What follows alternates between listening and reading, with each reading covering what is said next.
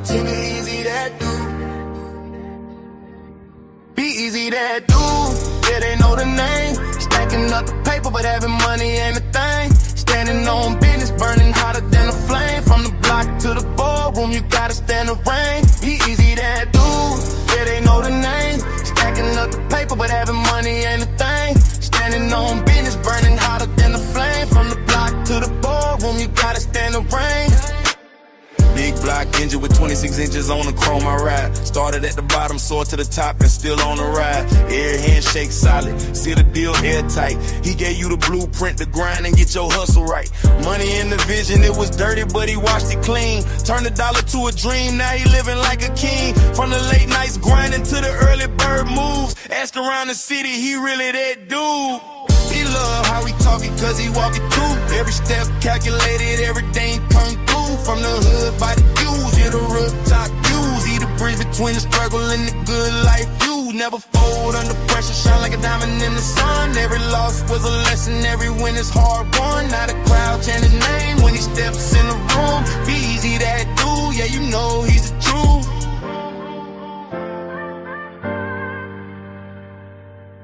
B-Eazy Dat Dude, yeah, they know the name. Stacking up the paper, but having money ain't a thing. Standing on business, burning hotter than a flame. From the block to the boardroom, you gotta stand the rain. B-Eazy Dat Dude, yeah, they know the name. Stacking up the paper, but having money ain't a thing. Standing on business, burning hotter than a flame. From the block to the boardroom, you gotta stand the rain.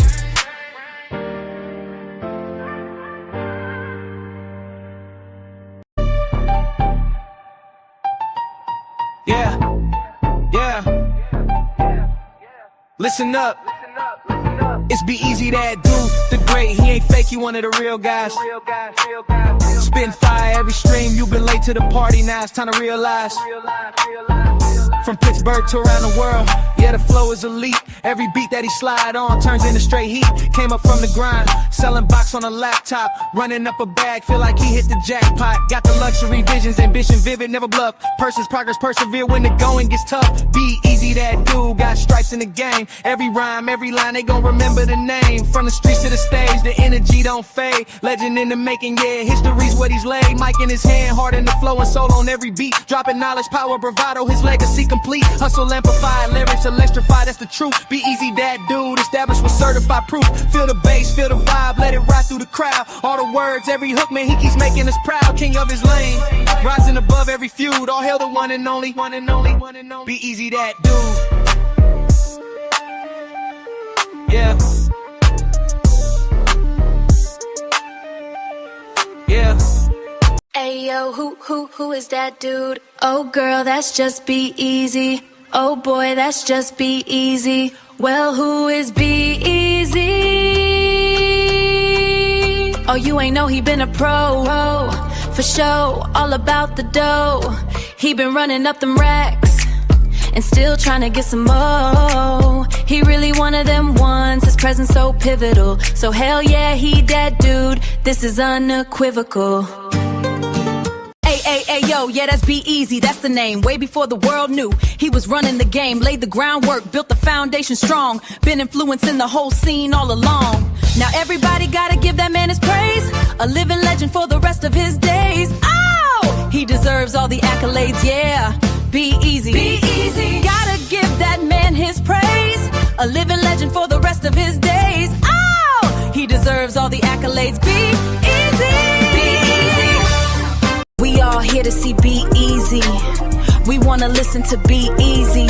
Ayy, we all like B-Eazy. Nah, matter of fact, we love B-Eazy. Believe me, he really that dude. Subscribe to the channel, it's easy to do. If you care, then go ahead and share this fire content, extraordinarily rare. That's why I put that on my mama, he is that dude. And I put that on my daddy, he is that dude. So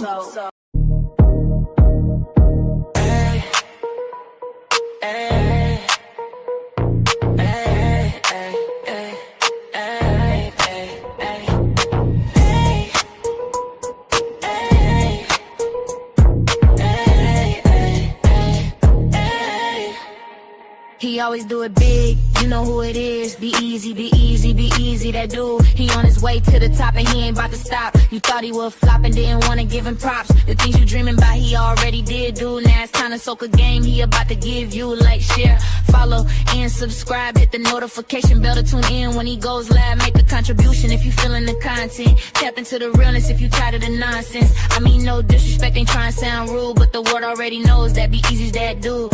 Ooh.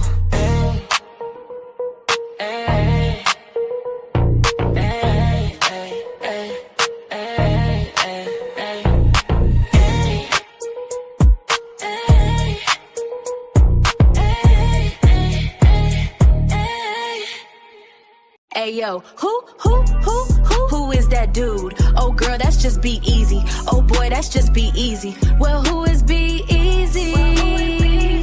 Oh, you ain't know, he been a pro for show, all about the dough.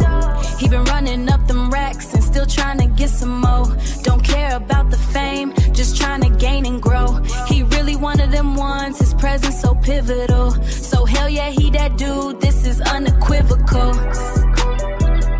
Hey yo.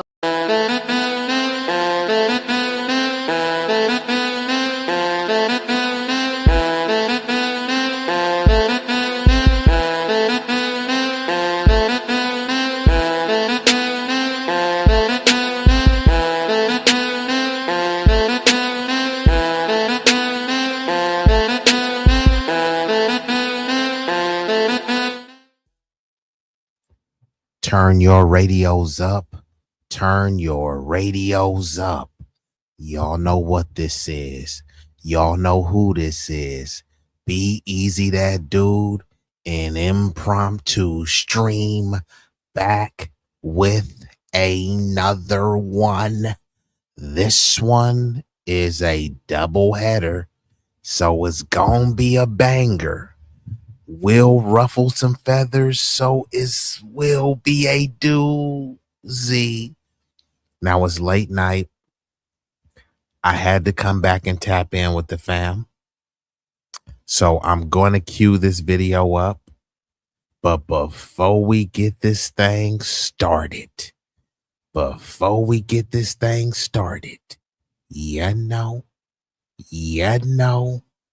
I gotta hit ya.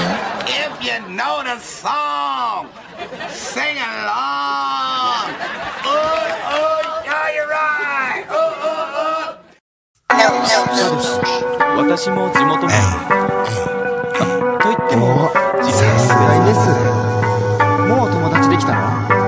うん。ブッダはこっち見ない。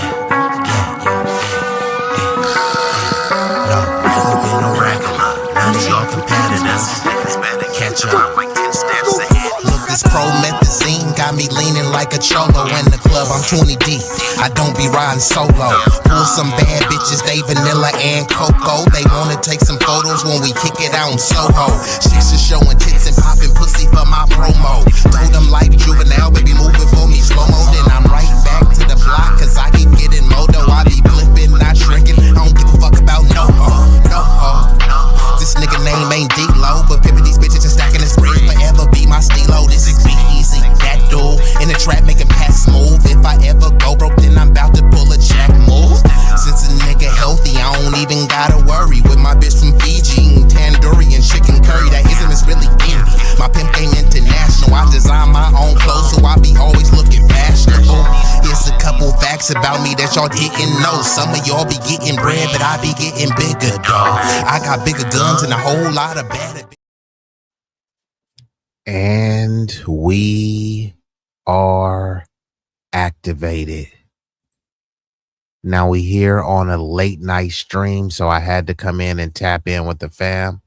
Check out my stream earlier. I believe it was a fruitful stream since I had some extra time today. Many of my streams are impromptu, so I want to tap in with y'all on the late night. But we're going to get right into it. This will be a fruitful stream. Now, I'm going to be reacting to this video from a content creator who goes by the name of Sergeant Willie Pete. Now, this video is from about 4 to 5 years ago. However, it's still relevant today. It's titled Jay-Z. Hold on, what's the title? Damn, they got to okay. Jay-Z needs to stay in his lane. And it's not just Jay-Z. Many celebrities, many people in general need to stay in their lane and their area of expertise. And I don't remember fully what this video was about, but I know that he was critical of Jay-Z in his tap dancing and samboing when it came to the NFL and the whole Colin Kaepernick fiasco. So this video is going to be a prelude to the broader discussion. Is there such thing as an ethical billionaire? So I want to have a wider discussion about ethical billionaires, how Jay-Z has hurt or helped the Black community, why they're always trying to prop up these celebrities and ill-informed entertainers as our leaders. So this video is going to be highly critical of Jay-Z. I'm not saying no one should go out there and do harm to him. However, he's not a god, so he's not above reproach. Neither am I, right? So we're going to get into this video. Like I said, some of these references are from 4 to 5 years ago, but it still will be relevant today. So let's get into the video. And, they engage in magical thinking. And, I mean, what do you want me to say? You already know how I feel about it. It's one of the reasons why I have a problem with street niggas. Most street niggas are raised by single mothers, and, they engage in magical thinking. And, the Black community loves them for it. I mean, I just saw some shit that somebody sent me about the shade room and the white lady that was talking about Lizzo and her promoting obesity. I agree with her 100%. And again, I haven't posted my video about the thick house, which is actually the fat house, and how, that just reinforces the mammy, overweight Black woman, Hattie McDaniel from Gone with the Wind, Black female stereotype. And Black women don't get it. I'm looking at comments in the comment section of women saying things like, skinny people have diabetes too. And, nobody asked her for her opinion, and your body shaming and all this other shit. I did see a handful of comments from some women that were like, but she's telling the truth though. Like, we can't get mad at the truth, but at the end of the day, the culture is overwhelmingly on, that whole, you can't just state the facts and have Black people accept them. They're going to attack you. They're going to kill the messenger. They're going to come up with some sort of coping mechanism or feel goodery. And it's a problem. And so that's just talking about the weight. But as far as what Jay-Z said, I mean, it's just profoundly stupid and irresponsible. I mean, more of this follow your passion bullshit. What if your passion doesn't make any money? Like, we got a community of people that are disproportionately in poverty, disproportionately in poor, which goes to all of the, the rise in crime in the Black community, that we see. And here you have a man that's worth, if not $1 million, if not $1 billion, just over $1 billion. And he has the audacity to get on the microphone, very influential, since all Black people embrace the streets. Like, sometimes I wonder if Jay-Z is the agent. Sometimes I wonder if he's just there. I mean, again, we saw him, with that crazy white lady and eating the cakes with that in the shape of a body on some, eyes wide shut type of shit. On some Jeffrey Epstein spooky, secret society organization, and he's over there rapping with the witch lady. Like, I don't even know what the fuck Jay-Z is on. But in terms of tackling and battle the system of white supremacy, and white people already got all the resources, and then Jay-Z's up there telling Black people, follow your passion and don't try to be wealthy and everything. Nobody running around like, what Jewish leaders do you see saying that to the Jewish community? You know what I'm saying? Like, So let me pause it right there and salute to everybody that's coming in late. So just to be clear, this is a breakdown of Jay-Z. This breakdown is from about 5 years ago, but however, it's still relevant today, not just about Jay-Z, but you see that with many other celebrities, right? They've been sent out by their handlers and whatever people who are puppeteering them to try to get black people to not really think about wealth. Just follow your passion, right? Even some of these tiger moms, people may not want to be raised by a tiger mom, but those tiger parents, let's just say the tiger parents in general, right? They help steer their kids into a position of affluence and prominence in society. It's almost like a coach where they making you do 3 a days and you like, God damn, man, this coach getting on my nerve. But then when you succeed and win the championship, you still didn't want to do those 3 a day practices and get up super early to lift weights. But once you've won the championship or you've reached a certain level of success in your field of expertise or study, you believe it was gratifying and worth it, right? So what I'm saying is for some the kids or teenagers or adolescents, you're going to have to steer them towards something that will help them have a level of sustenance when it comes to taking care of themselves. They may love basket weaving. That may be your passion. And Jay-Z is saying, yeah, just follow your passion, right? He's telling people to not really think about wealth while he's wealthy. So he is part of the overseer gatekeeper class who doesn't mind many people being impoverished. He said he stopped going to like certain family dinners and stuff because it would turn into like people asking them for money. And people I think he said like one of his cousins, they was asking them for 3K and all this stuff. And I get it, right? Like you want to just come around the family. You don't want to hear, hey man, I got an idea that I could run by you and all this other type of stuff. But if your family is that broke where they have to ask you for 3,000, all this stuff, Jay-Z is the type that talks about all the Cristal that he popped, right? And those bottles cost more than 3,000.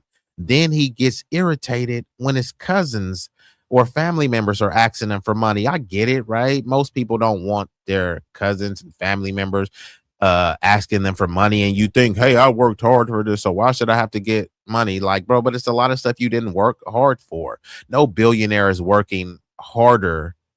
They say on average, a billionaire, is like 10,000 times richer than a millionaire. So how much richer are they than just the average person? So you mean to tell me that Elon Musk, who's running around, all he's doing is delegating a lot of stuff. And then people try to say he's smart. No, I asked about working hard, right? And he's really not as smart as people try to make him out to be, right? Who is really out there working hard? Someone that is paving roads with a jackhammer, a steamroller, right?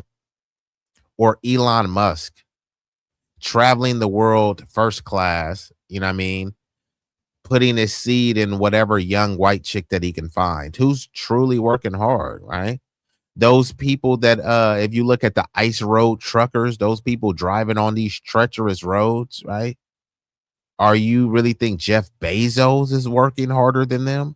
And then it switches into, well, it's not about working harder, it's about working smarter, and he brings more value. So why are you trying to convince people that they just need to work harder, right? Why don't you tell them that it's not about what you know, it's about who you know?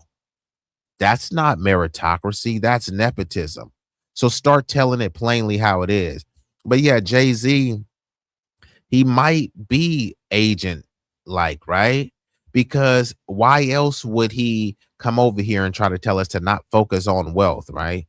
When he quashed the Kaepernick protest, he said, we're way past kneeling. Okay, fine, we're way past kneeling, but what are we moving on to? He put up a scam to try to pretend as if he was some owner of Barclays. Yeah, man, it's going to be a black owned. And then you like, oh, man, that's great to see.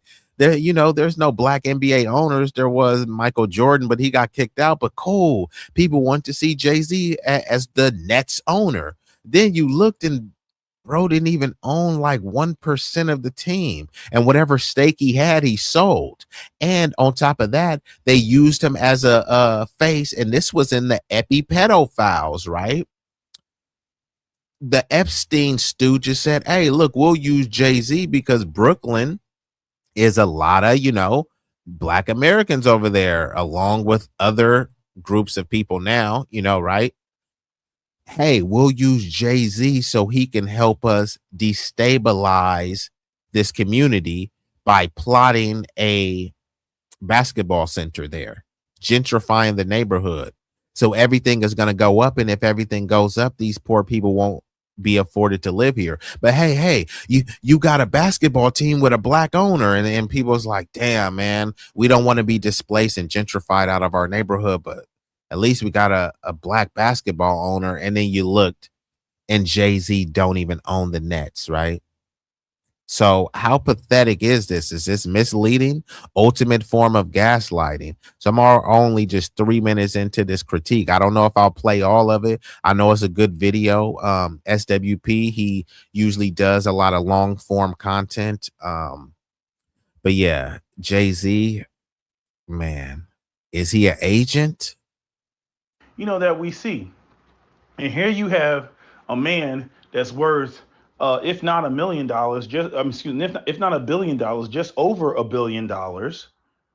And he has the audacity to get on the microphone, very influential since all black people embrace the streets. And shout out Last Call. Oh, and shout out Tay Bay. And Last Call, working overtime. Yes, I am. I got to, man. And you know what? I got to get up early too. So I don't know how long I'll be on here, but y'all will definitely want to watch the playback of this one, right? So let's get back into it. Sometimes I wonder if Jay-Z is an agent. Sometimes I wonder if he's just there. I mean, again, we saw him, with that crazy white lady and eating the cakes that in the shape of a body on some, eyes wide shut type of shit. On some Jeffrey Epstein spooky, secret society organization, and he's over there rapping with the witch lady. Like, I don't even know what the fuck Jay-Z is on. But in terms of tackling and battle the system of white supremacy, and white people already got all the resources, and then Jay-Z's up there telling black people, follow your passion and don't try to be wealthy and everything. Nobody running around like, what Jewish leaders do you see saying that to the Jewish community? You know what I'm saying?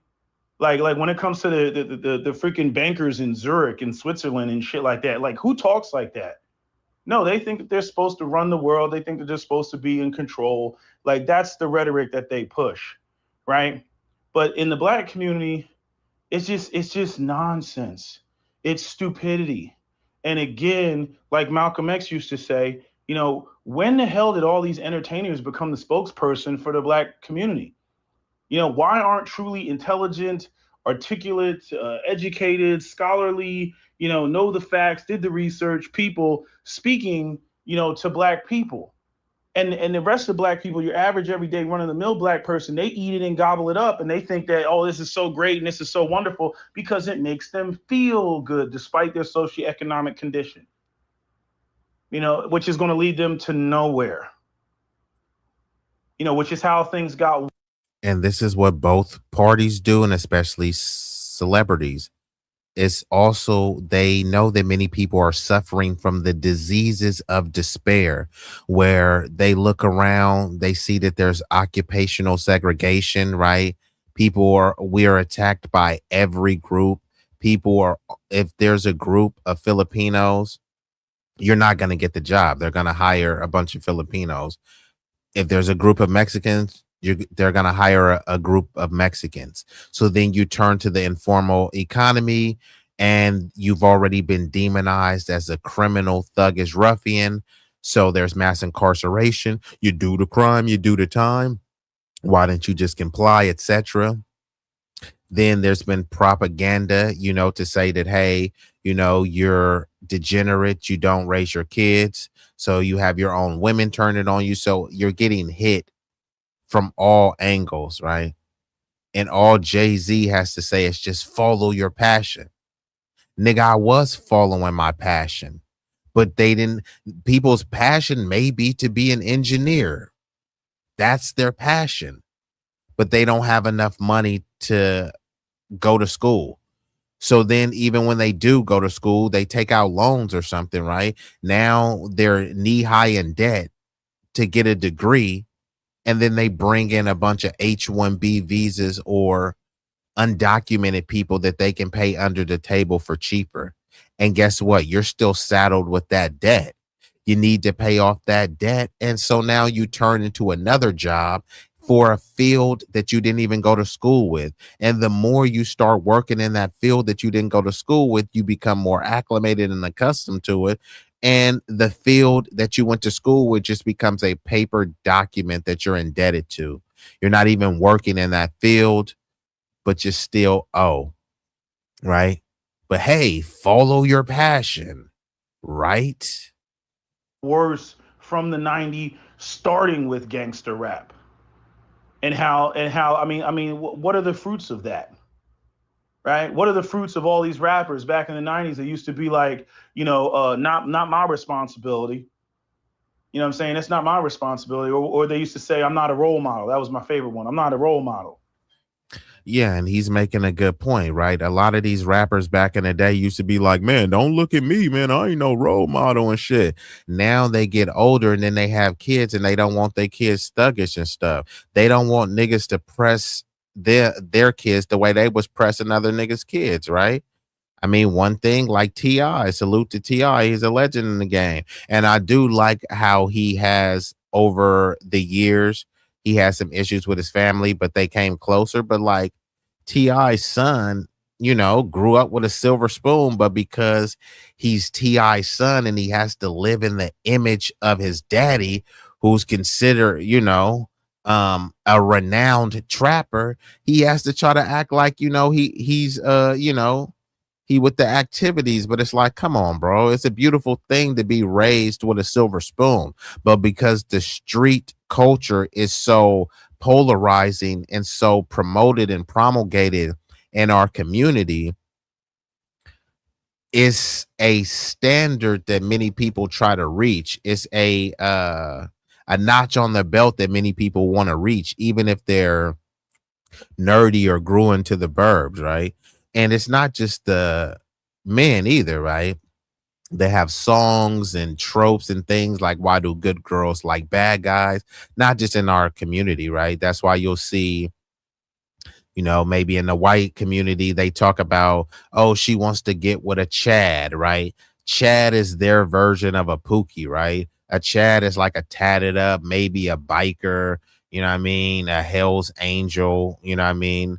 But he's edgy. He's not like the normal Brad dude, right? And then some chicks want to get with the Jamal and the Tyrone, and they will prefer him over a Duncan Penderhughes, you know what I mean? But why though? So, it's a very nuanced and a complex discussion, right? But some people, one thing about the nerds, right? And I think more people should strive to be a nerd, but nerds are not monoliths, right? You don't need to be a dweebish doofus nerd that looks like Steve Urkel. You can still be the Stefan. You can be a nerdy Stefan. You should be a nerd with sauce, right? If you're a nerd, and let's just say, you're an incel or you're an introvert, you're not around a lot of people, but you are around yourself. Nerds can hit the gym too, right? Especially if you think you're going to get bullied. Don't just say, I'm a nerd and I got bullied. Nah, bruh, hit the weights. It's a bunch of nerds that will beat up street dudes. But it's because those nerds are training their body and training their mind to overcome them being picked on. Them being a nerd or a geek is not an obstacle for them. So it doesn't need to be an obstacle for you. And in fact, you should be promoting it. Yeah, I'm a geek and I'll knock you out. I'm a geek nigga and I'll knock your street nigga ass out. That's how it really should be.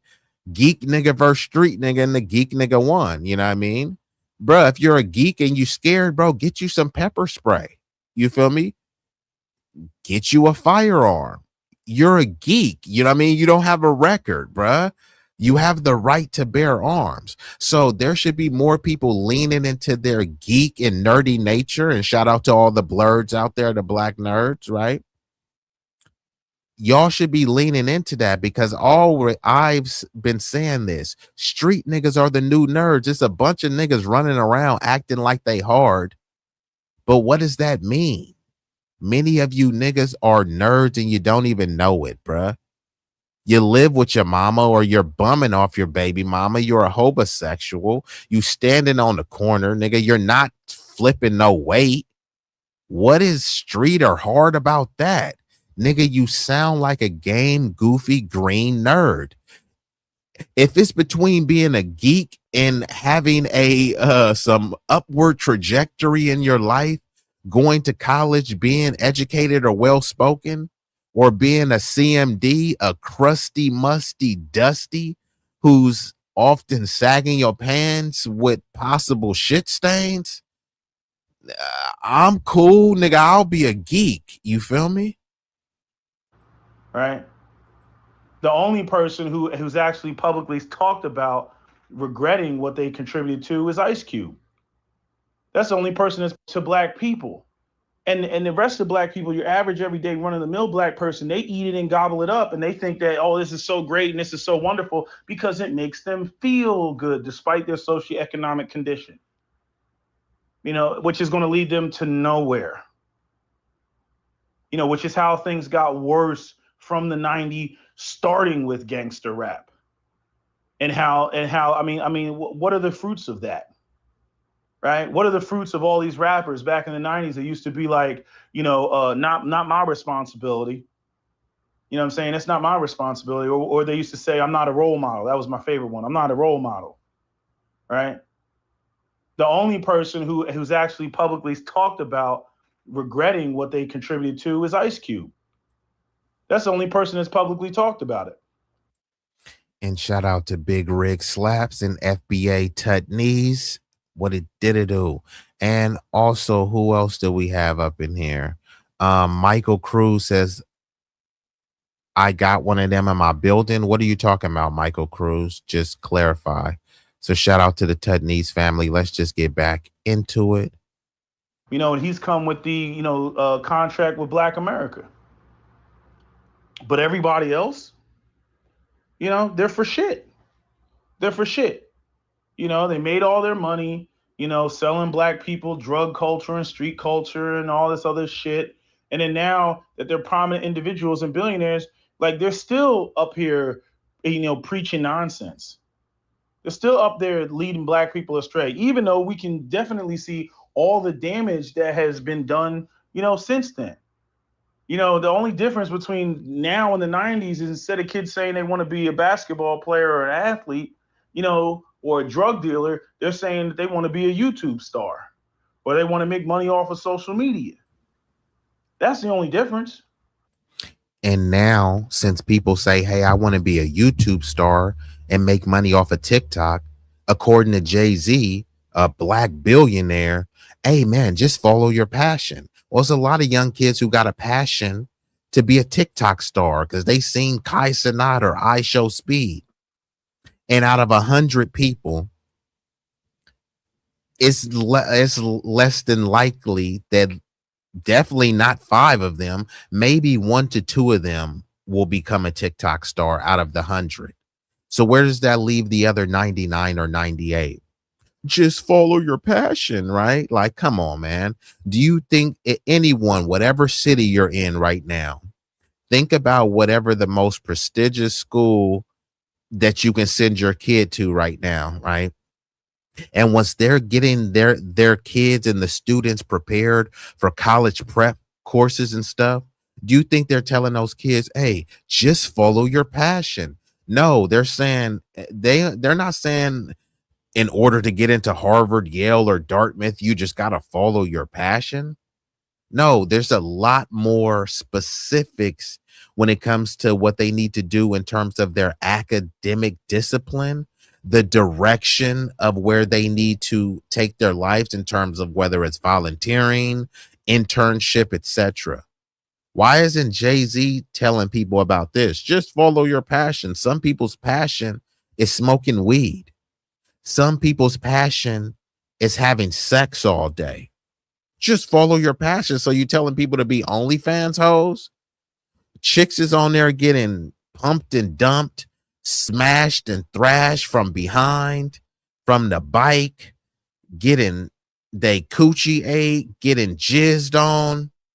That's their passion. So they should just follow that.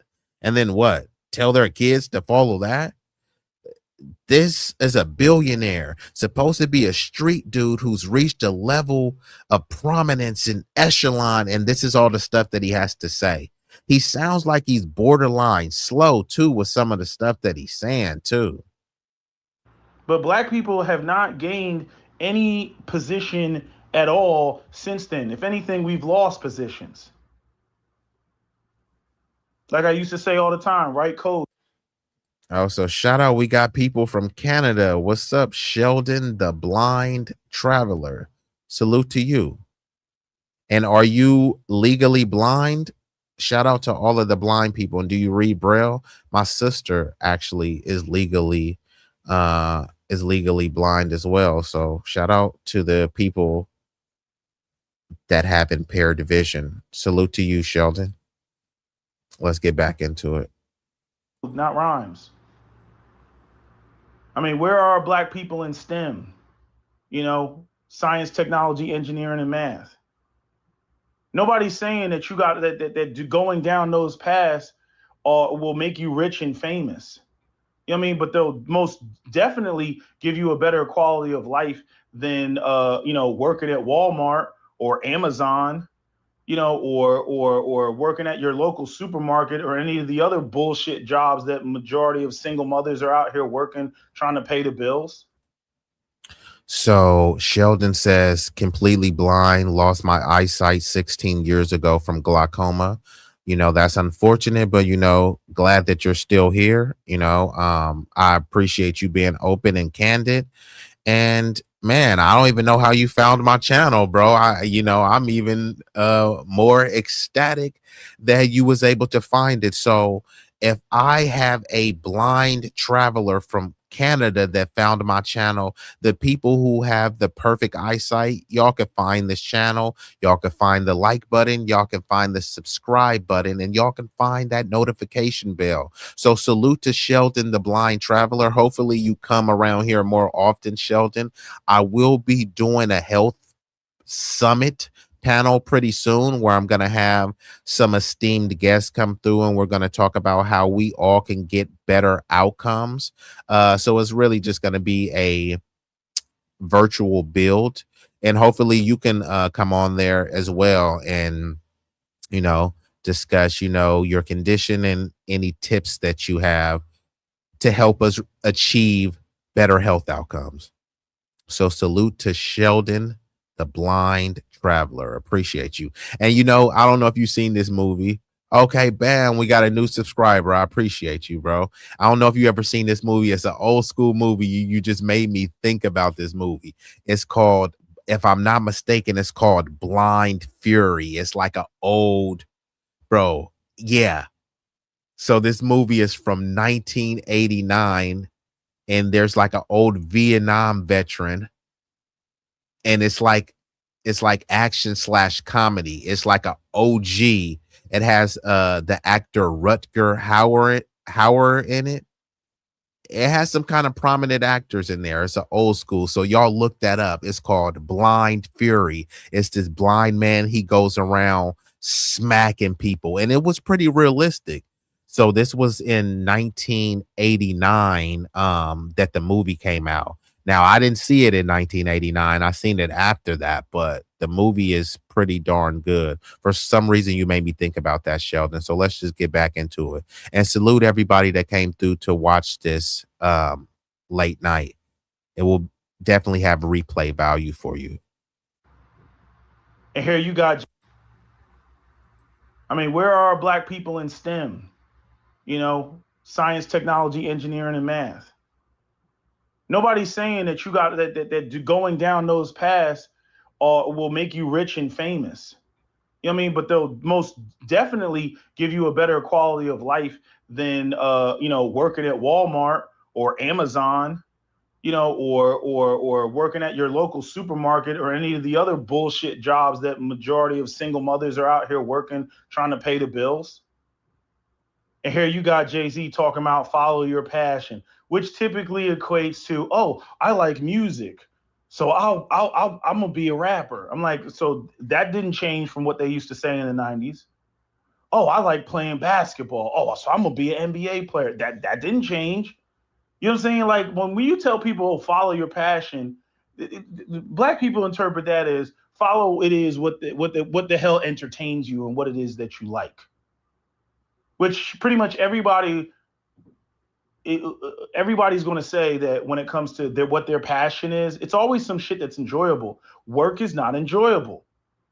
I mean, don't get me wrong. You should do something that you actually have an interest in. But overall, this whole idea that you must absolutely positively love every aspect of work and your job, and that's the most important thing, regardless of how much they're paying you. No, the goal should be for you to go and get a high paying job. Yeah, it might suck. Truth be told, the jobs that pay the most are the ones that nobody wants to do. So again, it's a means to an end so that your family can live comfortably and all that stuff. You're not doing what Jay-Z does. You're not making music. You know what I mean? You're not doing what some of these other people are doing and putting their whole life out there with social. You're not doing any of that. The people that want to be rich and famous. And then again, they always make it look like it's all fun and games. Like there aren't hours and hours of rehearsal and all that. They just show you the glitz and glam, but they don't show you what actually goes into it. This nigga's talking bullshit. And just moving from there to the point that no, everybody's like, in other words, people get so embarrassed by talking bullshit that they just stop doing it because they get slammed for talking bullshit. Nipsey Hussle was the same way. Quiet as is kept.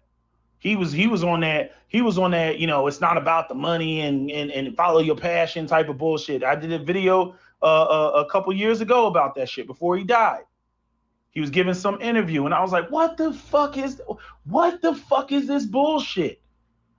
And again, I think a lot of it comes from poverty. It may not even come from single mother homes, but I'm saying a lot of children that are in single mother homes are in poverty. But I'm saying it may not even come from single mother homes, as the root cause. It's just the poverty. You know what I mean? Because a lot of black people who are in. So unfortunately, many of us who have grew up impoverished, you have a mindset where sometimes people get content with the conditions of being impoverished, or just them moving a little bit out of poverty seems like royalty, right? So there is something that people call the bigotry of low expectations. Now, I get it when people say, well, don't have a victim mindset and all this stuff. Well, if you've been abusing people, victimizing them, what type of mindset are they supposed to have, right? It's like someone sexually assaulting a girl, beating her up, physically abusing her, spiritually, emotionally abusing her, and then saying, don't have a victim mindset. Well, what type of mindset is she supposed to have? Every day you're physically assaulting her, tearing her down, calling her ugly, calling her fat, but she's just supposed to get over it, right? Well, maybe she would get over it if you get over calling her all these names, right? They say that black people have a victim mindset. Well, maybe they won't have that victim mindset when you stop victimizing them, right? So essentially what people are telling you is yeah, we're sexually assaulting you, but stop having a victim mindset about it. Just deal with the sexual assault. Well, as long as you're sexually assaulting someone, they're going to complain and speak out about it, right? As long as you're victimizing people, people are going to speak out about it. And we got Travion Phillips in the building. What it did it do? So yeah, man, I'm gonna play a little bit more of this, and then I'm going to transition into basically what I want to talk about. Is there anything? I mean, are there ethical billionaires? And then I do want to touch on the idolatry of this all, right? Because people seem to be idolizing these celebrities, but not only that, idolizing the jewels, right? I may drop some gems and then people be like, man, you don't even got 1,000 subs. But then you following somebody with 100,000 subs that can't even give you this level of acumen, intellect, and ism. If they come up over here and they try to debate me on any given topic, they would get smoked. So it's not about the it's not about the quantity, it's about the quality. Over here, you're gonna get quality. Other places you get quantity. So yeah, they got bots in the chat. You got a bunch of people engaging in the chat, but they're engaging about frivolous stuff. You see, I see many of these dating channels. It's a bunch of dweebs and doofuses trying to give you advice. These were incel dorks that never had money, never had women, but now they have money because a bunch of fellow incels keep donating to them. And then they're trying to give you game and talk to you about politics and all things that they don't have a lived experience on. They're running around saying nigga, nigga, nigga this and trying to act street, but there's no street niggas on there, bro, on many of the panels that you follow, right? So over here, you know, you're going to get a different level of thought, different level of game. So I do appreciate y'all. Yeah, it's not just late bloomers. They late. It's funny because the parallel is they late bloomer new booties. How you gonna be a late blooming new booty? Like you're still green. You're greener than the Incredible Hulk. And that's fine, but just stop trying to act like you're on this level, bro. You just jumped off the porch in 2016, bro. I was in the soil, in the mud. Like Bane said, bro, you think the darkness is your ally? You merely adopted the dark. I was born in it, molded by it. By the time I seen the light, I was already a man. So I'm just saying, bruh, what you call hell, we call home. I'm in Hell's Kitchen with an apron and a hairnet. It's just different, bruh. And I'm not trying to glorify this. I'm just saying it just is what it is. I'm promoting more geeks and nerds, right? And I got you know, I got something going on, you know, it's called the Ghetto Geeks, you know, and shout out to Street Media TV. He got the Urban Nerds, you know. I had Ghetto Nerds, but since he had Urban Nerds, I just had the Ghetto Geeks, right? But yeah, we need to promote more geeks and nerds in the community because there's a lot of cats that's nerds. It's just they're under the impression, no, I ain't no nerd, man. I ain't no square nigga. Yes, you are, nigga. There's nothing street about you. There's nothing hard about you. And that's okay because many of these street niggas are not hard. Many of these street niggas are dumb. You put a mic in front of them niggas and they start sounding like a tap dancing, step and fetch it raccoon. There's nothing hard about that. They'll be hard about what I'm saying. Nigga, where you at? Nigga, I'll pull up on you. Nigga, you pull up on me, and I'm telling you, nigga, it's going to be the last pull up that you ever do. And like this nigga said, Travion, new bootyism. That's what we're dealing with, bruh. Look, if you're a new booty, just sit back and take notes, bruh. Let the grown-ups handle it from here. I'm the ism that's in me and on me. You are the bootyism. So it's like, bruh, you still wet behind the ears and your breath is smelling like Similac? Just saying, man. When the triple OG ism is speaking, take notes. That's all we saying. Let's get back into it. Poverty, you know, again, in my you know, what do you want to call it? What's the word that I'm looking for? You know, in my guesstimation, you know, they have a lot of coping mechanisms. You know, they're very much in their feelings and shit. There's a, you know, as Michael Jai White did an interview with Vlad, and he talked about this, about the beauty of poverty and how everybody comes together because basically all you have is each other. So you kind of get in this sort of spiritual slash magical mode.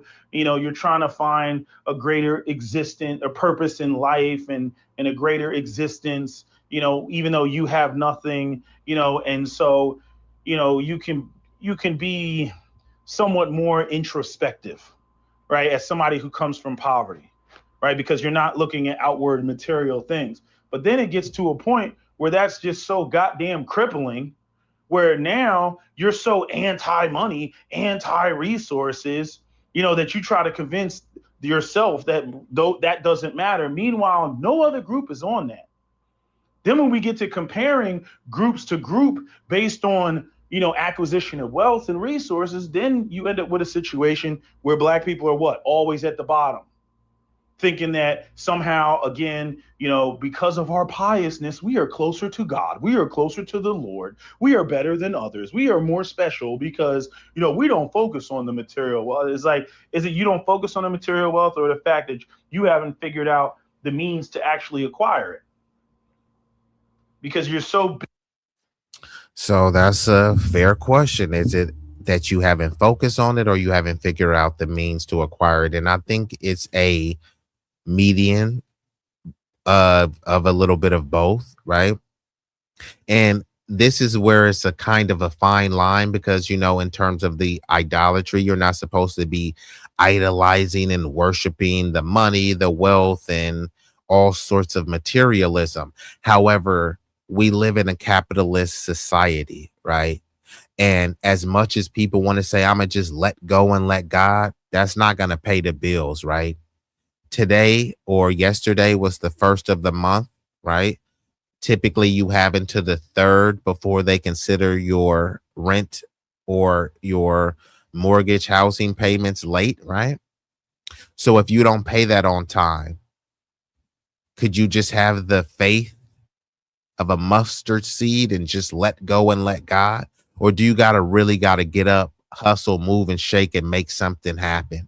So if it's ultimately gonna come down to you, this is just that I never understood this, but I get why people say it.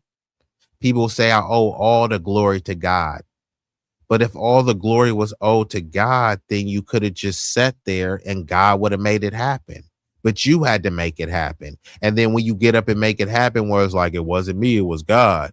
So when you went and punched in and you worked a 10-hour shift, that was God doing it. Well, yeah, God is the creator, so he created me. So if he never created me, then I wouldn't have been able to do that 10-hour shift, right? Okay. So by that same logic, if you drink and drive drunk and crash into somebody, which actually happened right down the street, RIP to the person that it happened to, right? That was God's plan, right? God did that. Why are people always saying God did something positive, right? When you go through college, man, I owe that all to God. You make it to the NFL, that was just God right there.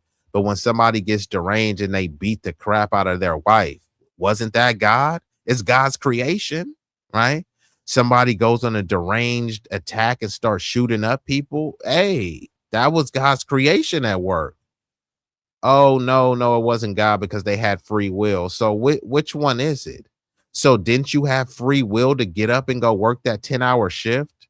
So I just don't get it with the whole all glory to God. No, because if you don't pay those bills, if you're not going to be hustling and continuously have a multiple streams of income, what future are you setting up for your kids? You can say God this and God that. Your kid has to go to a prom. How is God gonna help you?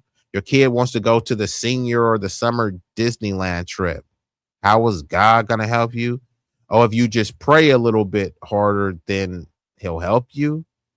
So if cats ain't on this follow your passion stuff, then they're on this, man, God got a plan. He wouldn't give you nothing you can't handle. So, okay, my pops, and this actually happened yesterday. This was, the anniversary, and this ain't no April Fool's stuff. My pops was murdered, bro, on April Fool's Day. Not this past April Fool's Day. but several years ago, right? And people were giving me thoughts and prayers. Didn't bring them back.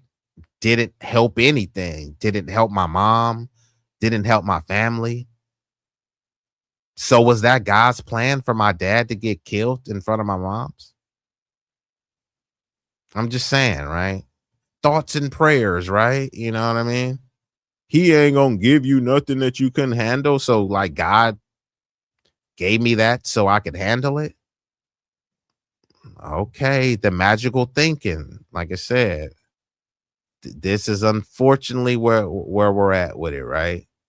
But maybe if I would have read the Bible a little bit more harder, then my pops wouldn't have got killed, right? Possibly. Somehow, again, because of our piousness, we are closer to God. We are closer to the Lord. We are better than others. We are more special because, we don't focus on the material wealth. It's like, is it you don't focus on the material wealth, or the fact that you haven't figured out the means to actually acquire it? Because you're so busy, basically blocking yourself with feel goodery and emotions and all these sort of coping mechanisms, that you end up with a situation where you um you basically talked yourself out of a comfortable existence. And for somebody to be sitting up there, for all these rappers to sit up there and they got millions and billions of dollars, and I mean they can just go out and just spend money however they want. I mean they are financially independent. Jay-Z can stop doing everything he's doing right now at this moment, and he will be good until he's 97 years old. Okay, that's how much wealth he has.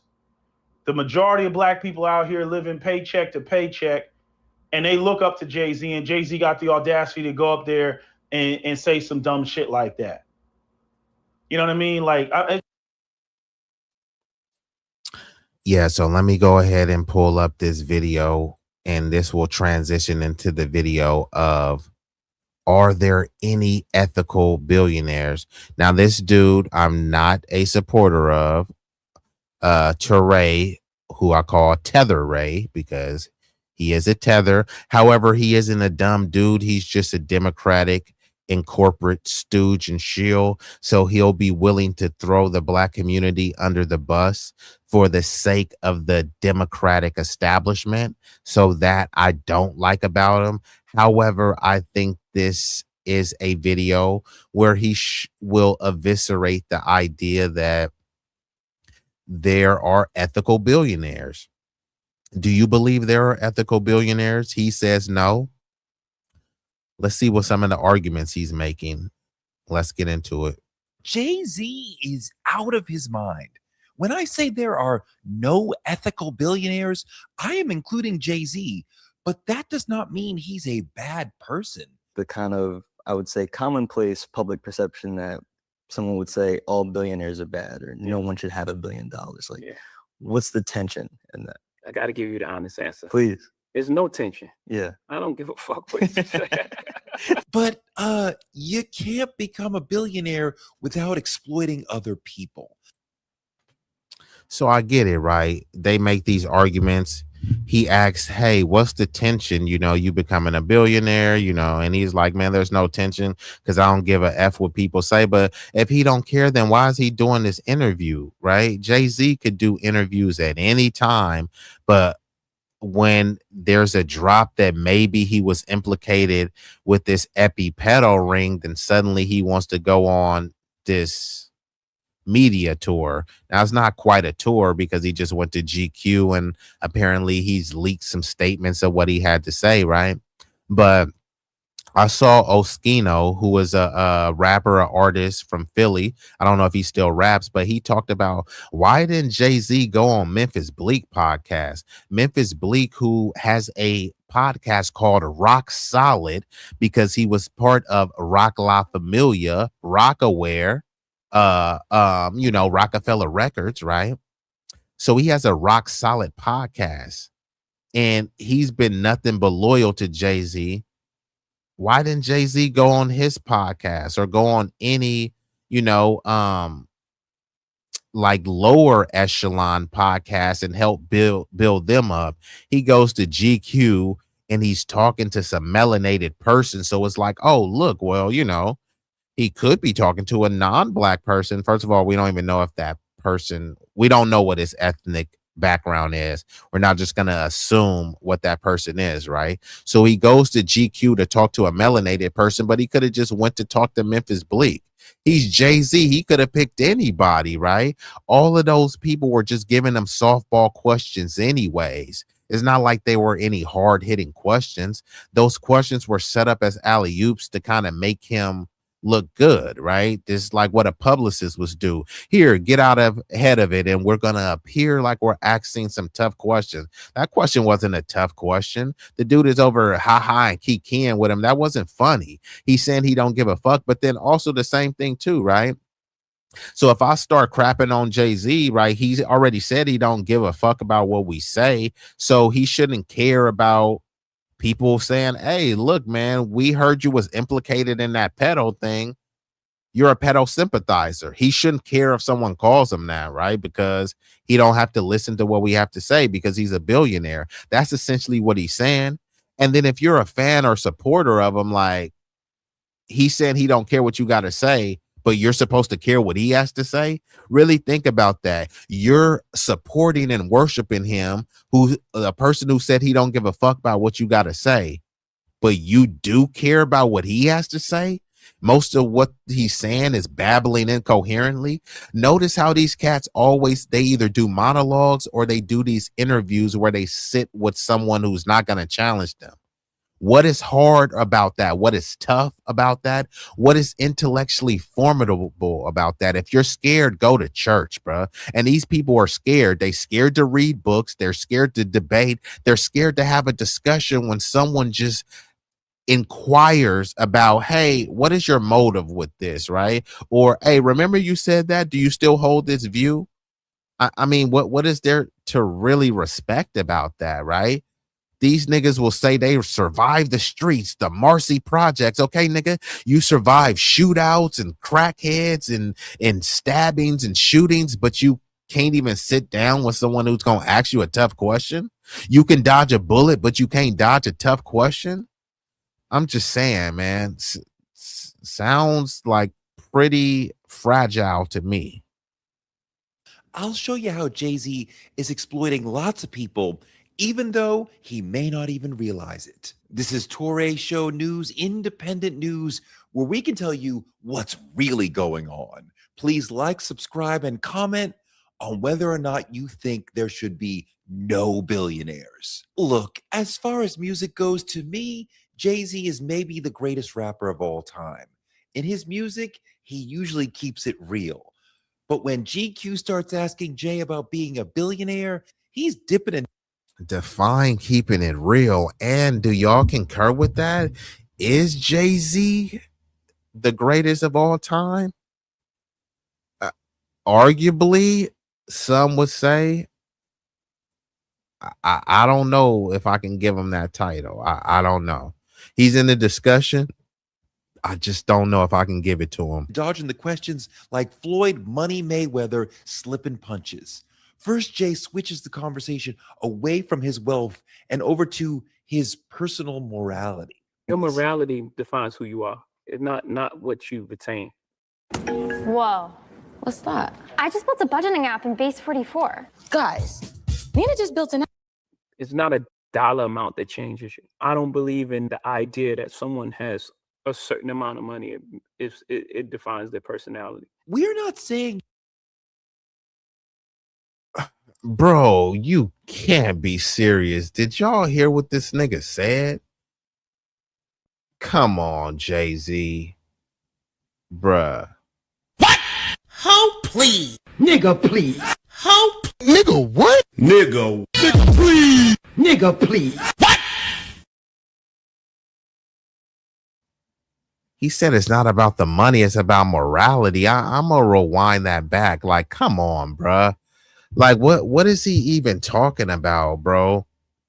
And all of these billionaires, bro, where are their morality? Many of those people are seeing kids in sweatshops just to make an extra buck. What is moral about that? That's immoral, right? But because they made a lot of money and donated some turkeys on Thanksgiving, then you're supposed to overlook that they made all of these historic profits at the expense of other people. And then he's want to talk to you about morality. And this is what I call nice supremacy or polite supremacy, where people try to politely subjugate and dominate you. And they like, bro, why are you tripping, right? So this dude will make $1 billion and then they'll come and they'll be like, dude, I donated $2,000 to the Little League game. That's more than you've ever donated. That's the biggest donation this team has ever got. So it sounds, well, damn, he did donate $2,000. The dude is a fucking billionaire, bro. $2,000 is like $2 to him. But then it's going to be framed in the context of, hey, you didn't donate $2,000, so it's relative towards how many other people donated, but it should be relative towards the insane amounts of wealth that you have. But these are the benevolent, nice supremacy games that people try to play. There'll be some NIMBYs not in my backyard that red line black people. No niggers allowed, right? They don't want any black people around, right? But then if they say, I saw a black homeless person and I gave him a sandwich from Chick-fil-A and those sandwiches aren't cheap, so there's no way I could be racist. Like, you found a non-threatening homeless black dude and gave him a sandwich. But if that same black dude was in your neighborhood, you would call the cops on him, Karen. You would go from Caroline to Karen.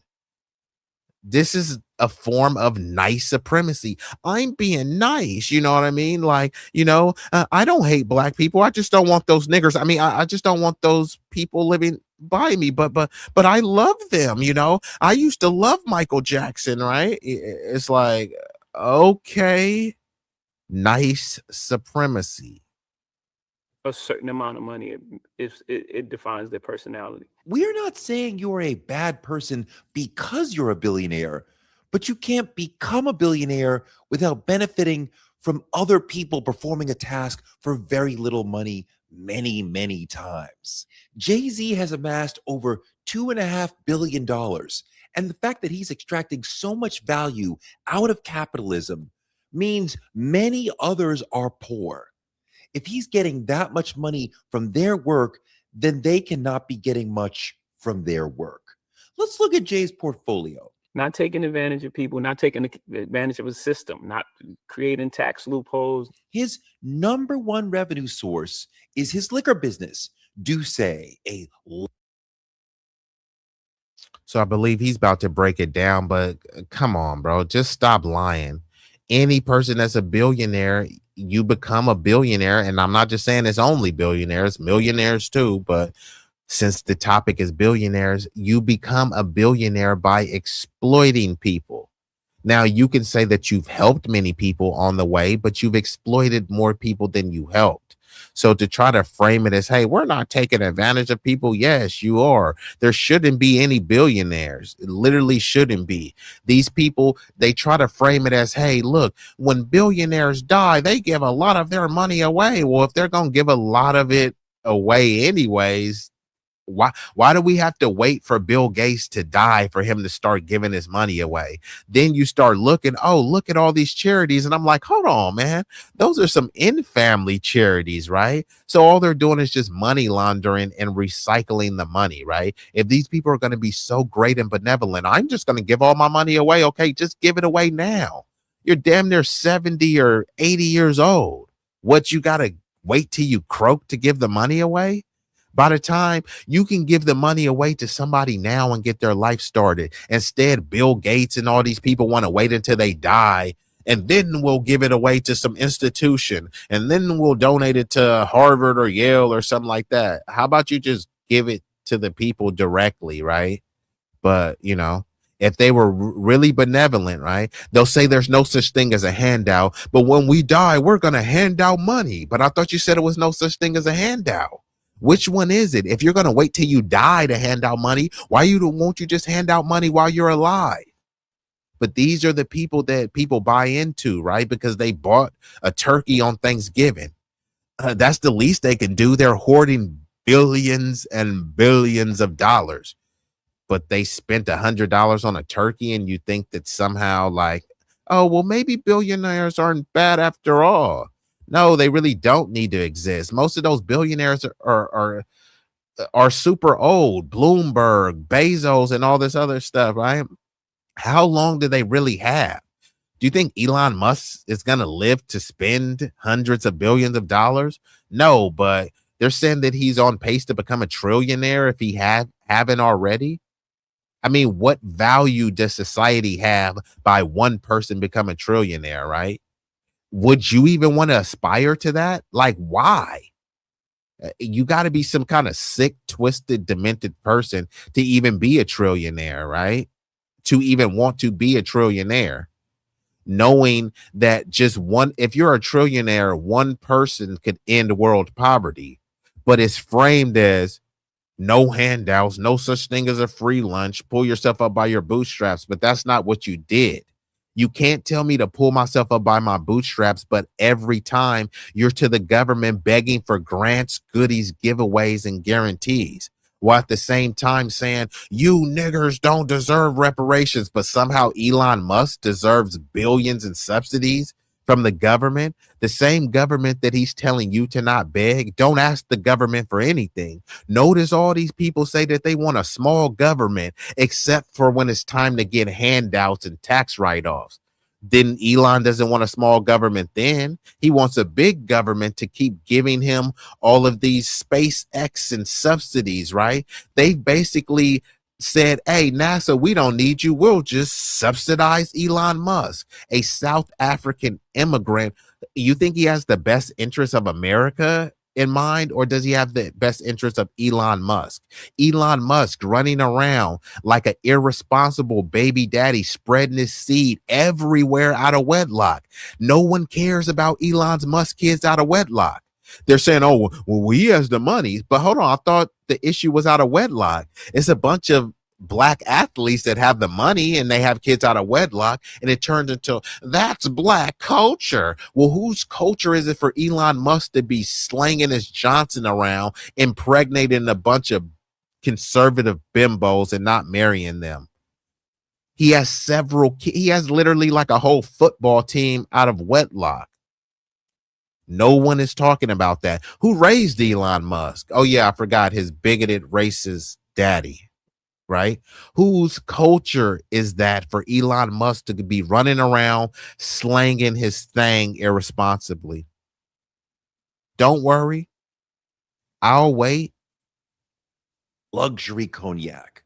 Making cognac requires a lot of agricultural workers, like grape harvesters. Revenue source is his liquor business, Douce, a luxury cognac. Making cognac requires a lot of agricultural workers, like grape harvesters, distillery workers, barrel coopers. They all get near minimum wage to produce bottles that sell for like $200 each. Jay made $750 million from Douce because the workers performed minimum wage labor over and over, but they do not benefit from the massive markup on their work. Not taking advantage of people. This is not illegal. It's also not some example of Jay working harder than others. He rises by walking on the backs of poorly paid workers. Jay-Z didn't pick a single grape, but he collected several hundreds of millions, while the actual labor that goes into every bottle is done by workers who will never see a fraction of that. Not taking advantage of people. That's the sort of labor exploitation that leads us to say there are no ethical billionaires. Another example, one of Jay's biggest scores ever was investing in Uber. He put in $2 million and it grew to $70 million. Amazing investment. But how did Uber become so valuable? Because many Uber drivers make less than the minimum wage, and Uber might take 25 to 50% of what they make from each ride. Not taking advantage of people. So Yeah, Uber, when it first started out, Uber used to be the lick. Now that's why when you get an Uber driver, 9 times out of 10, it's going to be an immigrant or someone with the immigrant background. Now, I know people like to say they're just doing the jobs that no one wants to do. You mean to tell me no Americans would drive Uber or Lyft? There were no American native born citizens that weren't driving Uber. They were driving Uber, and then Uber did some kind of nefarious chicanery. And then on top of that, of course, with both parties flooding the border with millions and millions of immigrants out here, especially in California, the belly of the beast for immigration, they were helping non-citizens get fast tracked to be able to drive Uber. And there was a huge scandal, obviously, with driver's license things. And then a lot of the rental car companies, they start renting out companies or renting out cars, or they would have specific companies that was designed to give like undocumented, illegal, unauthorized people either cars or e-bikes and stuff so that they can do their deliveries, their Uber Eats, their DoorDash, etc. It wasn't that nobody else would do it. It's just some Americans was like, hey, look, we know the cost of living plus the cost of maintenance and all the things on our car. It's not worth it for us to do this. We're going to turn towards something that's more lucrative, whether it be the informal economy or working 2 or 3 jobs or something like that, right? But an immigrant that's coming from an underdeveloped country, whatever they get is a blessing to them. If they're getting paid under the table, if they're being given some fraudulent driver's license and identification, but they're able to make money, which they can send back. Let's just say you send a bunch of money back and then Trump cracks down and deports them. Okay, they've already sent enough money back to at least live comfortably for, fill in the blank on the period of time. So it's still going to be a win for them, for many people in that regard. Uber is a multi-billion-dollar a year company where most of its employees who do most of the work are poor. And Uber has spent millions to lobby for legislation to keep their drivers classified as contractors, denying them minimum wage protections, overtime, and health benefits. Jay-Z, as a big Uber investor, is benefiting from the mass exploitation of Uber's thousands of drivers. Not taking advantage of people. He's not a bad person. He didn't make those drivers drive for minimum wage, but he is a representation of capitalism's failures. When pressed, Jay the billionaire quickly leapt to a straw man argument and said, well, what about millionaires? What about near millionaires? If it's a cutoff, if it's like all millionaires are bad, okay. So at 999,000, I'm good. It can't be that way, right? It doesn't make any sense. Bro, we're not talking about millionaires. We're talking about something much higher than that. The economic gravity of being a billionaire is incredibly different than being a millionaire. There's 24 million millionaires in America. There's about 900 billionaires in America. Each of them holds a gigantic share of the economy. Millionaires don't set wages for hundreds of thousands of workers. They don't own media companies that determine the messages we hear. They don't have the lobbying power to rewrite tax law.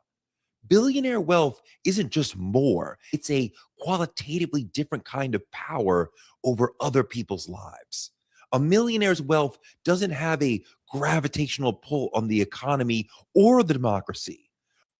So he's saying this because he's of that millionaire class. So he's trying to like, the millionaires. Yeah, the millionaires are still part of the 1%.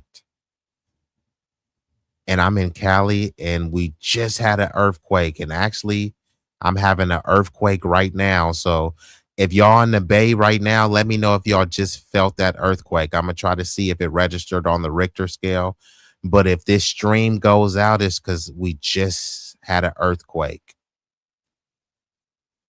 I have to breaking news, there was an earthquake out here. I had some people from down south, they was like, oh, I'll never move to Cali, y'all got earthquakes. It's like we have earthquakes damn near all the time, but not all of them are the magnitude to like destroy something. My TV is still mounted, so that's good, but I have to check. Yeah, it was just a little bit earthquake, so hopefully no power goes out. But yeah, Teray is of the millionaire class, which is still the 1%. So they try to frame it as these millionaires are kind of like victims and like we're just beholding to the big bad billionaires. Well, it's you millionaires who empower the billionaires, because you guys hope to one day that you won't just have to be a lowly millionaire, right?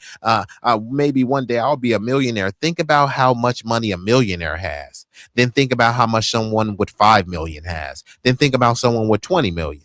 Then think about somebody with 40 million. Then think about someone with 50 million, then 100 million, then 200 million, then 500 million, then 700 million, then all the way up to a billion. But you're supposed to look at the person with 2 million as like, yeah, man, that, they're not on the same level as a billionaire. Why? I mean, they're kind of in the same vicinity. They're in any place that a billionaire could get in, somebody that has $3 to $5 million will get in there too, most likely, right? There are some secret societies and secret clubs and stuff, but yeah, I mean, I get it, right? He's trying to cape for his class, but yeah, there's a lot of millionaires that are worse than the billionaires because they help enable them, so they help facilitate the inequality. Billionaire wealth isn't just more, it's a qualitatively different kind of power over other people's lives. A millionaire's wealth doesn't have a gravitational pull on the economy or the democracy. A billionaire's does. And yes, it's the same if you've got 999 million. He's a billionaire because he invests in businesses that underpay the laborers who do most of the work. That's exploitation. Yes, this is legal, but that's part of the problem. Capitalism is legal and it's inherently corrupt and exploitative, even when you're talking about someone who came from nothing. The system is set up against me, against us, but I'm talking about my specific struggle. Yeah. Everything was against me. My talent pushed against all the headwind. Yeah, he succeeded against the odds, but he didn't become a billionaire from music. His music gave him the capital he needed to start doing things like investing $2 million in Uber. That was a great investment, but it was one that very few people had access to. 99.9% of America never had a chance to invest in early Uber. When Jay starts getting access to So that's the thing too. So it's framed as, hey man, he just worked harder, that's why he's a billionaire. No, he had the money and capital and resources to invest in something that blew up. Then it's like, well, bro, you got to get the resources. It just turns into that. It's like, come on, bro, are you serious, man? So what did he do that was so great, right? He took a gamble, hey, I believe this company is going to blow up. We know that the government and Congress is the one picking the winners and losers. There's a bunch of companies that are actually way better than Tesla's. They say that China is our enemy, right? But like we get all this other stuff from China, but we don't want to get the China electric vehicles. They got some Chinese electric vehicles that look stylish. Many look better than Teslas and they perform better than Teslas. And some of them are between like some 10 to 13K for an EV vehicle. You ain't gonna find no Tesla for that price. So the US helped Elon corner the market by picking winners and losers. Wasn't meritocracy, wasn't about working harder. It said, hey, we like this company. We're going to pick this company and then we're going to invest in this company. Insider trading, right? Plutocrating.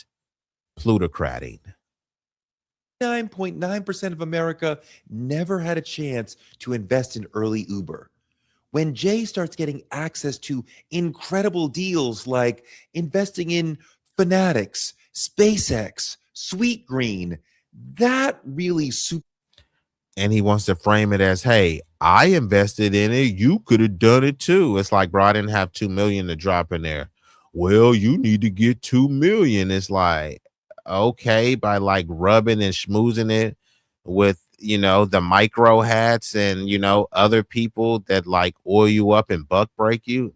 Nah, I'm good. If that's what it takes, to go into a kooky cabal where people just like fondle you and do sorts of weird sex rituals, I'm good. supercharged his wealth. Access to those kinds of opportunities is incredibly hard to get. So, is it really about his talents, like he built a better mousetrap or a scrub daddy that everyone wanted? It's not truly a story of, hey, I sold a lot of records and I'm a billionaire. It's more like, because I had wealth and good relationships, I was allowed to participate in certain deals that ballooned my wealth. Does it help society to have so many billionaires, as in so few people with so much? With that success, I've done things with my reach What if you could make a song using only your voice? Let's start with the drums. that I wanted to do that was helpful for a lot of people. I mean, theoretically, sure, you could, but the existence of billionaires means there must be many poor people. And there's no amount of good that could equal out. None of the Black Panthers were millionaires or billionaires, and they helped more people than Jay-Z. So he's over here saying, I'm a billionaire and I can help people with my money. Oh, okay. Why haven't he recreated what the Black Panthers did? He has more money than all of the Black Panthers combined, but he said he's helping, and he said he's helping people. But what people? He means he's helping everybody, and that's fine, right? All lives matter. So stop trying to pretend like you're a spokesperson for Black people, because he's helping Asians, Jewish, Indians, illegal immigrants, undocumented immigrants, right? In the name of him being a Black man. Yeah, he's a Black man that's not helping Black people. He's helping people. You heard what he said. Hoarding so much wealth that many others are impoverished. But Jay means, if I have a lot, I can give a lot. Amazing. What's your example of, I'm a billionaire who gave a lot to society and now we have this? Did you use your wealth to address some massive societal problem and change America? I mean, a billionaire could end child hunger in America. A billionaire could. So they could do all that stuff. And remember, Jay-Z said, judge him by his morality. So billionaires could end child hunger. All of the schools where they say they're failing, okay, yeah, but you guys could single-handedly fund this school and ensure that the school has a better learning facility and apparatus, right? They could single-handedly make sure that there's recreational centers where these kids could have some place to go, so they're not just roaming the streets and getting into mischievous behavior, right? One single billionaire could do that, right?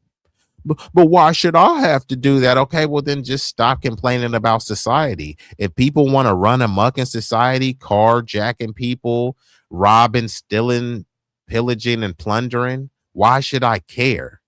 Billionaires are doing the same thing.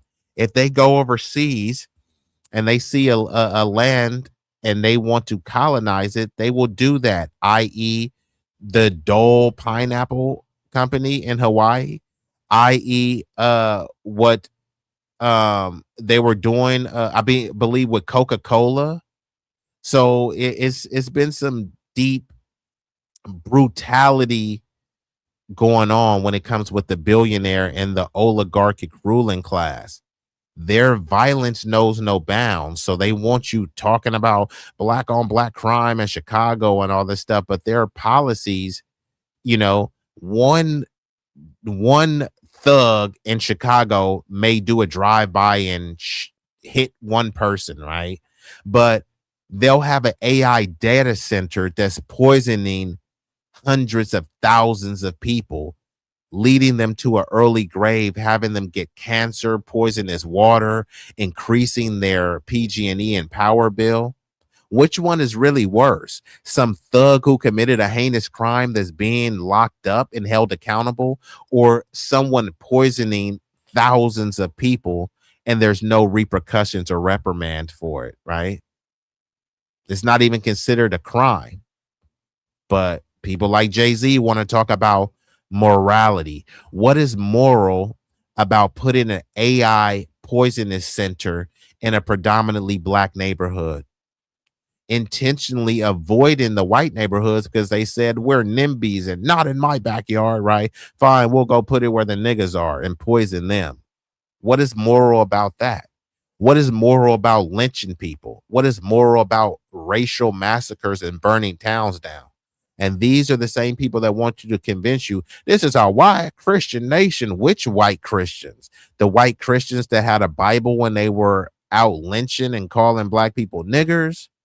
Or the white Christians that were abolitionists, the white Christians that were slave owners, the white Christian who beat Emmett Till? Which white Christians are we talking about, right?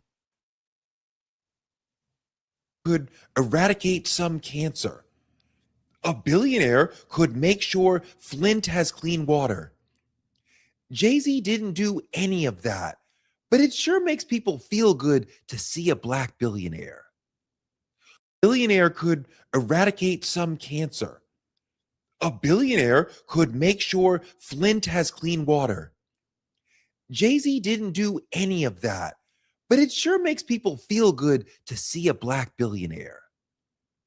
What kind of return is that? Billionaires could make the world better, but how often do they actually do that? Bill Gates has attacked malaria in Africa.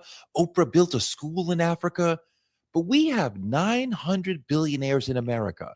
Have they done much to eradicate America's problems? And with the system that we have, what are you going to do? Again, I don't blame. And once again, you have to question that as well. Oh my God, look at Oprah. She's giving back to the people. What people? Oh, the African people that she built a school in. And you can't get mad because, you know, you're black and she helped black people, but it was just on another continent in a different country. So how does that help Americans again? Bill Gates, all these people, they want to adopt these precious kids, but only if they're African, Haitian, or Caribbean or something like that, right? They talk about schools failing in America. Yeah, your school is failing in America. And the way we'll help a school that's failing in America, we'll go build a school in Somalia. Huh? That means that the school here is going to still be failing. Yeah, the school still will be failing here, but at least you can rest assured to know that Kenya has a new school. Okay. They have young black kids, right? Hey, look, man, these young black kids, they're good kids. They're fleeing gang violence, right? They're seeking a better life. Shut up, nigger. Okay. Now you got people from Tijuana and Bogota. They're fleeing gang violence. Okay, we got to roll out the red carpet for them because this is a nation of immigrants built by immigrants and we're all immigrants. So let me roll out the red carpet. But you just told the black kids to pull themselves up by your bootstrap. And the other kids, suddenly there were millions and millions of NGO money to just dole out to these families. Interesting. The great replacement strategy, not a theory. Blame you personally. I blame the system. Yes, this is the system we have. And the problem is capitalism. Because of capitalism, a tiny number of people have an incredible amount of wealth, while half the world's population lives in poverty. Those billionaires are able to thrive precisely because there are so many people who are willing to work for a tiny amount. Do you really think billionaires work hard and their workers don't? many billionaires work far less hard than their workers. Look, guys, there are no ethical billionaires, not because they're bad people, but because you can't acquire that much of the economy without exploiting someone else's labor. You can't grab that much wealth without forcing many others to be poor. And that's not the way a society should be run. Thank you so much for watching. I concur. That's not how society should be run, but that's how society will continue to be ran. So let me just pull up and I'm going to get ready to shut her down within probably like the next 20 minutes or so. So let's just have a quick thought experiment, right? So why do some people argue there's no such thing as ethical billionaires? First of all, y'all let me know what y'all think. Is there such thing as an ethical billionaire? Well, number one, billionaire wealth depends on structural inequality, right? So someone has to be at the bottom end, on the losing end, when it comes to this capitalist system. And especially if you want to become a billionaire, right? People need to be underpaid, people need to be exploited. There is going to be some level of moral corruption going on for someone to get $1 billion. There's no way to get $1 billion fairly, right? It just doesn't exist unless y'all can tell me an instance that you know of, but I've yet to hear one. Now, a common claim is that amassing $1 billion requires benefiting from systems that underpay labor relative to the value they create, which is why you see an influx of undocumented immigrants who are being paid under the table, and the ones that are have the TPS, temporary protected status, they're still being paid at lower wages than an American citizen would be. So I don't know why people who claim to love immigrants and claim to want to fight for civil rights, why would you want more people coming in illegally so that they can be exploited? And if you say, hey, you want them to have a pathway to citizenship, well, the answer is to not have the borders open for them to just come in illegally. Then let's help stabilize their country so they won't have to flee. And if they do still want to immigrate after, then there should be legal pathway to citizenship so we don't have to deal with the illegal immigration aspect of it. Because if they're not under this unauthorized illegal status, then they will have the rights to be paid as American citizens rather than as indentured servant wages. So they typically externalize costs, environmental, social, or political, especially with the environmental, like I said, with the AI centers. You know which neighborhoods they put them in, not in the Lily W neighborhoods. So in the view of this process, the process of becoming a billionaire is inseparable from exploitation, even if the individual is personally kind or generous. Nice supremacy. Hey, I'm nice, even though I'm buying up all of the houses on your block, right? I did it with a smile. And remember, I always send you a fine turkey on Thanksgiving. But now there's no such thing as generational wealth because the billionaire bought up all the houses, and most of the houses they rent out with Airbnb. But hey, they did it with a smile on their face, so they're nice. No one creates $1 billion of value alone. Workers, public infrastructure, scientific research, and social stability all contribute to wealth creation. Yet the billionaire captures a disproportionate share of the values. This sounds like pimping, right? If a pimp did this, they would say, hey, he's pandering and he needs to be locked up. Billionaires do this just like, hey, man, don't hate the player, hate the game. Say the same thing to the pimp. If he spit that ism and his gang was so tight and he got the chick to break her bread, PIMP, put it in my pocket, AOB, all on a biddy boo, right? Why are you mad at the pimp? Don't hate the player, hate the ism. You know what I mean? So, yet the billionaire captures a disproportionate share of the value. So, the ethical critique is about distribution, not personal morality, which Jay-Z is trying to make it, right? The moral argument based on outcomes. If someone has a billy while others lack basic necessities, the mere possession of that wealth is considered unethical, right? It's like if you're already full, people haven't ate it all, and then you have a large, deep crust pepperoni pizza with all the fixings on it, right? And it's like, hey, yeah, you shouldn't be obligated to give anyone that pizza. But it's like, bro, you're looking over in the corner at someone starving and you're already full. Plus, you have the resources to cook another pizza, buy another pizza, make another pizza. Plus, you're already full. You're probably going to waste that pizza anyways. But you just don't want people getting comfortable with receiving things from you. So you'd rather let that food go to waste. It happens all the time. I worked in a steakhouse. If somebody's out there, you can't even give them the food. You just got to throw it in the garbage. If they dumpster dive, it is what it is. But you could call the cops and say they're trespassing. But that's how people are. They'd rather waste the money. They'd rather burn the money than it go to someone else, which is what corporations do every year. They talk about, Black Friday and the new TVs. What happens with all those old TVs? In order to usher in the new TVs, they only have so much shelf space. Many of those old TVs get shattered, broken, and thrown in the landfill. Waste, you know what I mean?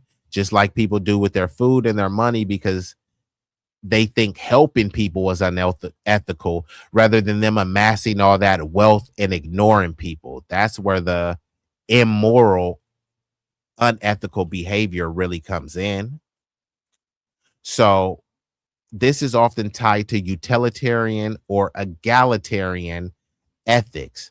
Even if the billionaire donates generously, the scale of inequality itself is seen as morally problematic. So what I was saying earlier is that, like, if there's a billionaire and then they donate $10,000 to the football team, oh my God, that's a massive amount. This is the biggest donation we've had in history. Yeah, but it's $10,000 relative to a billionaire. That's $10 for them. Now, it does mean a lot for the organization or institution, but it becomes all relative. And now, because this person donated not even a fraction of their wealth, they donated like a penny of their wealth.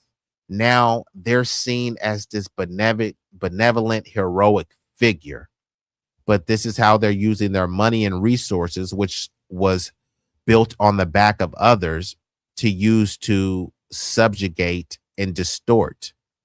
Billionaires can distort democracy. Large concentrations of wealth can influence elections, public policy, media, philanthropy, which can shape public priorities without democratic input. Critics argue that this undermines political equality, which itself is an ethical harm. Now, others argue billionaires can exist. The wealth can be created without exploitation.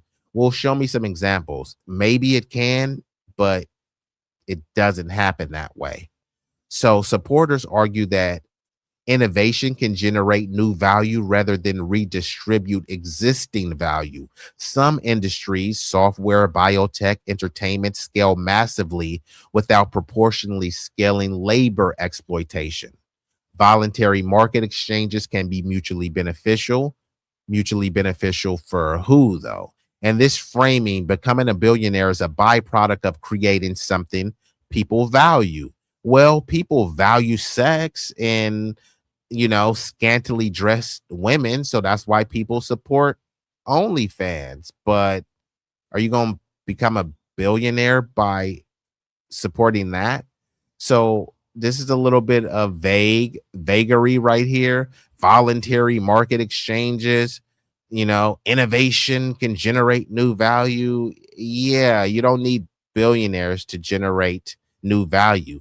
It's a bunch of poor kids in the hood, and you have enough innovation from there, whether it be the music genres, the art forms. Those were created by poor people, not billionaires. And most of the times the billionaires don't always innovate. They find some hungry person to innovate, and then they buy it and say, hey, it's my company now. So is that innovation or investment? So billionaires often rely on risk taking and vision. Some argue that founders take enormous personal and financial risk, i.e. Jay-Z, right? He took an enormous risk by donating $2 million into Uber, but he had the $2 million to donate or to invest. And even if he had flopped on that investment, he had disposable income so that the $2 million wouldn't have made or broke him. They create jobs, industries, and technologies. Their wealth reflects the value they unlocked, right? This is what they claim. They say their wealth reflects the value they unlocked, but okay, so if a CEO has 3 yachts, it's just because that's the value they unlocked? Nah, I wouldn't agree with that. So from this perspective, the ethical question is about how they behave, not how much they have. So this goes to the polite supremacy again. They can be a billionaire, but if they behave nicely and politely, hey, you can't call them a bigot or a mean billionaire or someone that's trying to exploit the people. Look how nice they are. They always pay for dinner and they always pay for drinks and stuff like that. Now, how about you pay for a house? You got enough money to pay for a house for me? Forget the drinks. Then it turned into, well, no, I worked hard for this. No, you didn't. Other people worked hard. You exploited them. And, maybe you worked smart. You worked efficiently. I'll give you that. But hard. And I'm not going to say that it was completely easy and that you didn't work hard. I'm saying you didn't work harder than the people who provided the value for the company, right? Imagine like whether it's Walmart, right? The CEO of Walmart is probably on an island sipping pina coladas. Are they really working harder than the person that's out in the heat, collecting all the carts, dealing with these crazy people that's stealing and doing returns and all this other type of stuff?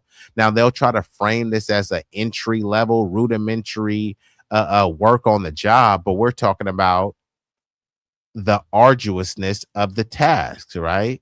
What is worse, you sitting in an AC office or in 100-degree weather? You got to go get the carts, or you got to go do a carry out, or you got to restock like 20 pallets. What is harder, telling other people to do something or what I just described? Now, philanthropy can be ethically meaningful. Many billionaires donate large portions of their wealth, fund medical research, climate initiatives, education, and global health, sign pledges to give away most of their fortune. A lot of this stuff is always tax write-offs, goodies, giveaways, guarantees, subsidies. They sign pledges to give away most of their fortune, which, like I already addressed, is pretty much moronic to me, because they always talk about they don't support handouts, but then they say when they pass, we're pledging to give handouts. Okay, why are you waiting until you die? Just give the handouts now, you know what I mean? But critics say philanthropy doesn't erase structural issues, but supporters argue it demonstrates ethical intent and impact. So then this goes with the ethical intent and impact. So they can say, hey, I intend to make the world a better place. And I'll do that by putting a smile on people's faces, right? So it sounds like, oh, damn, well, you want to see people smiling. We do want to make the world a better place. But this is what I call buzzwords and bumper stickers, right? It's a kind of feel-goodery that doesn't really mean anything. Like Obama saying, yes, we can, right? And then when you start asking them about reparations and any specific thing, no, we can't. I'm not the president of Black America. I'm the president of all America. It's like, but I thought you just said, yes, we can. No, we can't. You know what I mean? So people use these buzzwords and bumper stickers until, it doesn't no longer suit them. But ethics isn't about actions. Ethics is about actions, not network.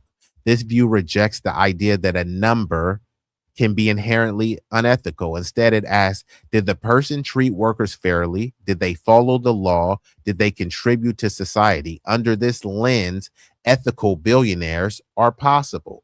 So now they say, hey, did they follow the law? So meaning, hey, we didn't break any laws, yeah, but it was immoral. Did they treat the workers fairly? Defined fairly, because if they're nice to the workers but they're underpaying them and they're not paying them their worth, is that fairly? And did they contribute positively to society? Well, I've seen homeless people contribute positively to society. That's a little bit vague, but I get it. So the debate ultimately hinges on what you think ethics are about. The ethical focus, system and outcomes. The likely conclusion, no ethical billionaires. Ethical focus, individual actions and intentions. Ethical billionaires are possible. Ethical focus, distribution of wealth. Extreme wealth is inherently unethical. Value creation and innovation. Wealth can be ethically earned. So this is why the argument is so persistent. It's not just about billionaires. It's about what we believe fairness, responsibility, and justice look like in a modern economy. And another thought-provoking way to frame it is, instead of asking, are there ethical billionaires, a more revealing question might be, can a society that produces billionaires also produce fairness? I think this is a more appropriate question as well. This shifts the focus from individuals to systems. And this is what we always talk about. America is systemically racist, right? And then you'll have some individuals say, why are you calling me racist? It's like, bruh, individually, you may be, a great person, but it's entrenched in the system. Every fiber of every system, there's some in it, some a little bit, some a lot, and some a lot, right? But all of this stuff is well documented. If people are purporting themselves to be high IQs, then you should already know this stuff.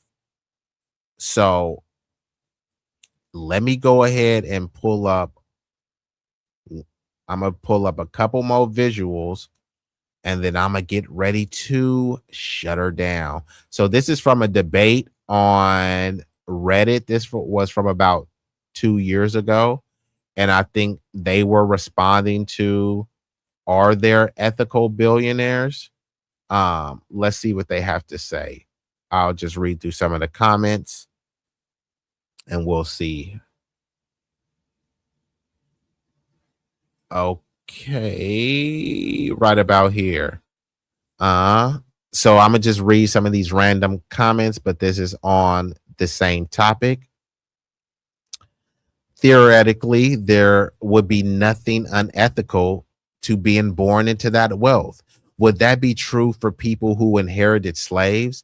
I'm not trying to be edgy, but the idea that an ethical person can spontaneously find themselves in an inherently unethical system and remain innocent seems silly. If I won a net $1 billion in the lottery tomorrow, I think it's fair if I create economic security for myself.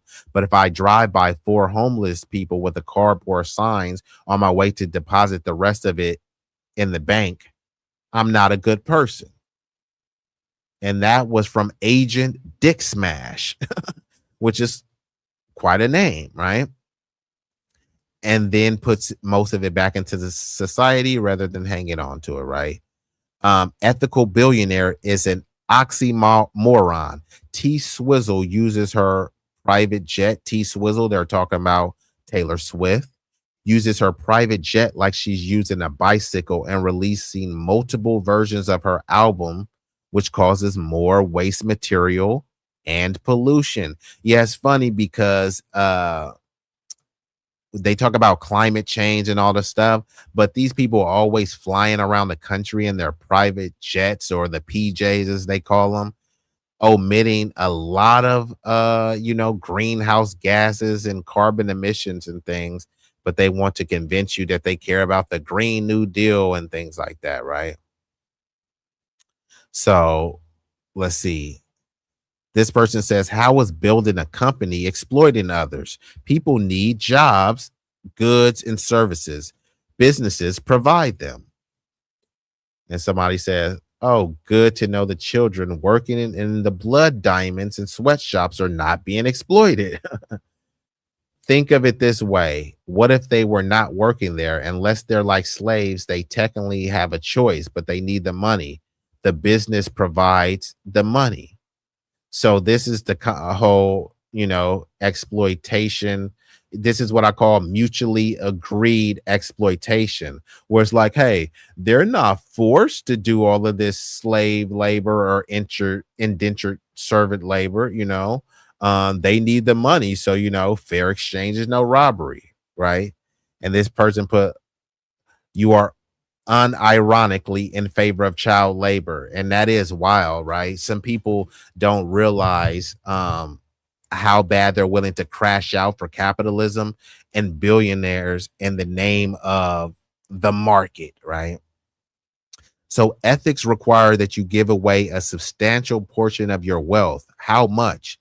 Do you give away the same percentage? Why does this level of ethic only apply to billionaires? Why do you have to give away the same percentage? If someone is paid $58 a day and you take 8% of that away, that affects them significantly. The same cannot be said for a billionaire, where the difference is negligible. Sure, they maybe have to delay their 2-week Paris vacation, but they're never going to be in a position of struggling to survive. So yeah, the billionaires say, we pay so much more in taxes. Yeah, and you make so much more than everyone else. So how about you pay more, right? Or you don't have to be billionaires. You'll survive without being a billionaire. Many of you are well past 60 and 70 years old. Like, how much more time do you have left anyways? But they want to usher in the baby billionaires, which is going to be their offspring and progeny for them to carry on the oligarchy and maintain the plutocracy. But, good luck with that. The more inequality it gets, the more volatile things get in society. The more volatile it gets, the propensity for violence starts going through the roof. Now, I'm not advocating for this to happen, but, if you keep a junkyard dog chained up and malnourished, don't be surprised with its behavior. So every action has an equal and opposite reaction. We live in a society. A man alone on a desert island is simultaneously a billionaire and destitute. Billionaires cannot exist within a vacuum. It is a comparison. Now, I totally think that one person's work can be worth more than another's. You put in double the effort on your work and you should make double the amount. However, a billionaire is worth over 10,000 times more than the average person.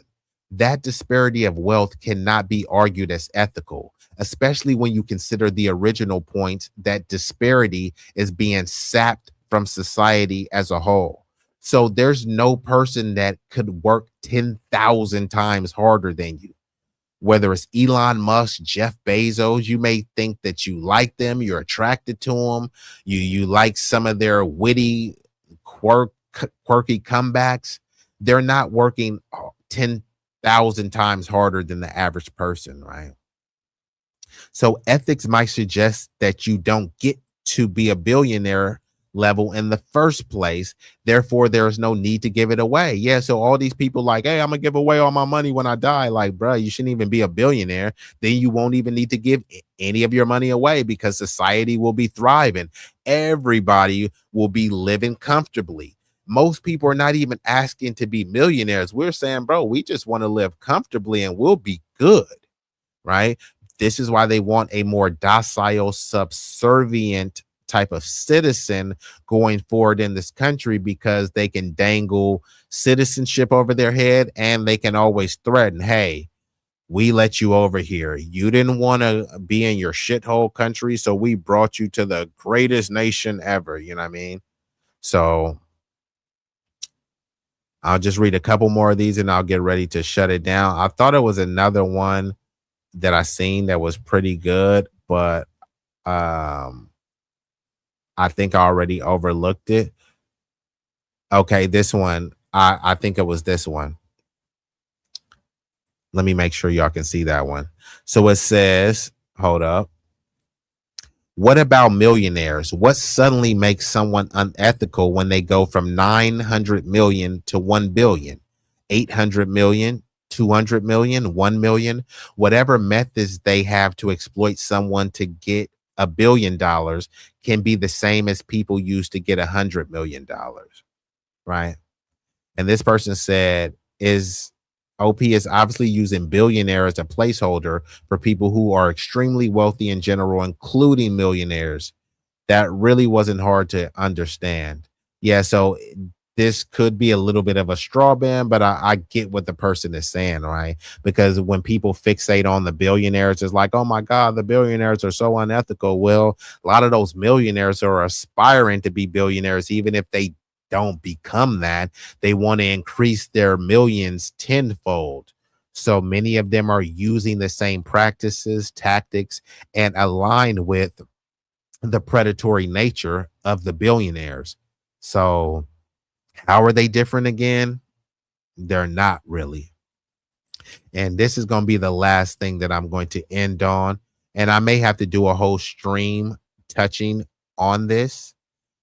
This is going to be, give me one thing, because they love to talk about this is a white Christian nation, but there does seem to be a lot of idolatry. And I thought that was a sin. You know, I'm not a biblical scholar, but hey, idolatry is pervasive and an insidious threat to our relationship with God. So this is from the Daily Christian Journey, written on Halloween of 24. So we're just going to go through a little bit of this and I'm going to shut it down because it's late. The hit, or it's early, depending on where you at. The hidden dangers of idolatry, a biblical warning. So idolatry is a sin, pervasive and insidious. It can take many forms, from the obvious worship of false gods to the more subtle idolization of wealth, power, or status. So what is idolatry? Idolatry is the act of giving reverence or worship to anything other than God. This can include physical idols, such as statues or images, as well as abstract concepts like money, fame, or success.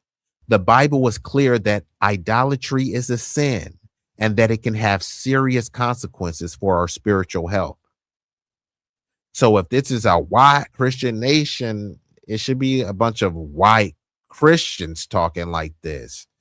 But instead, they're rather going to segregated churches, right?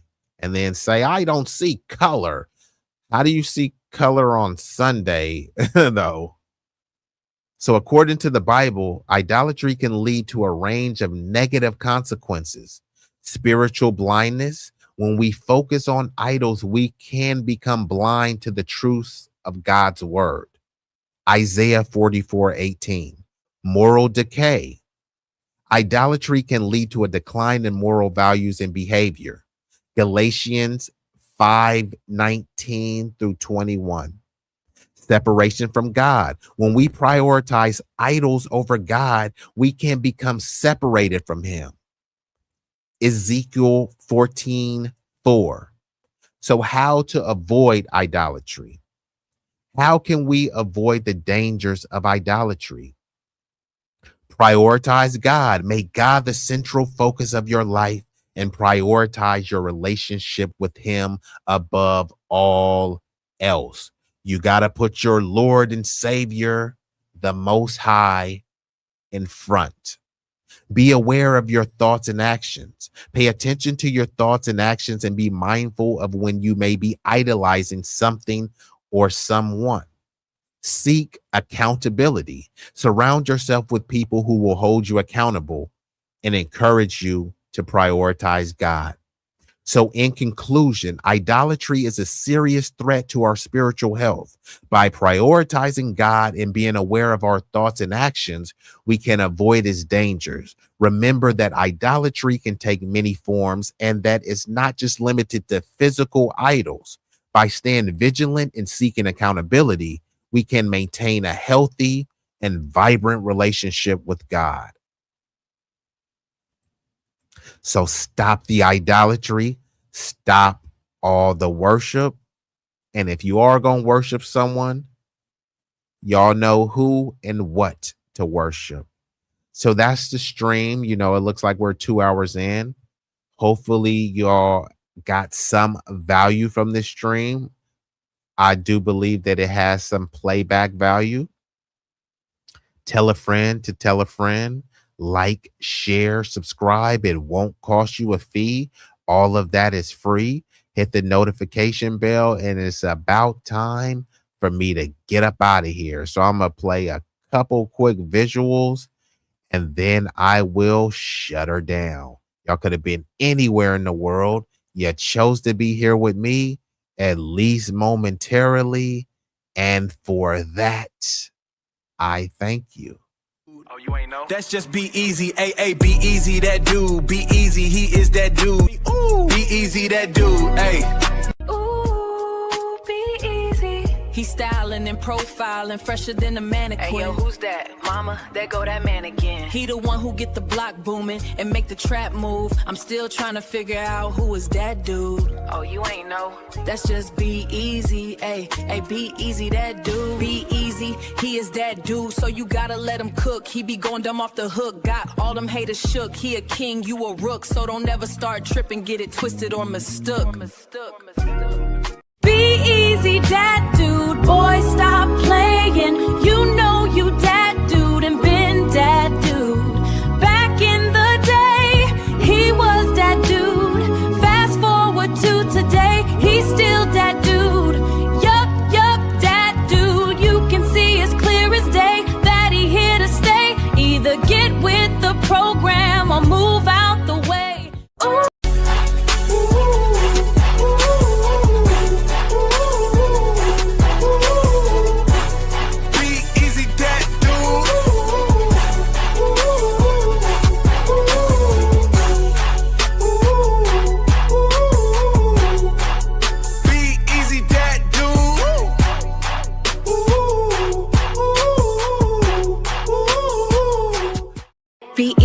Be-Eazy, he is that dude. Ooh, he is that dude. That dude, Be-Eazy, he is the one that you can call so he can get the job done. He about to reign supreme if you thought his run would soon end. He just getting started though, so go ahead and tune in. Be-Eazy, Be-Eazy, he is that dude. Ooh, ooh, ooh, ooh, he is that dude.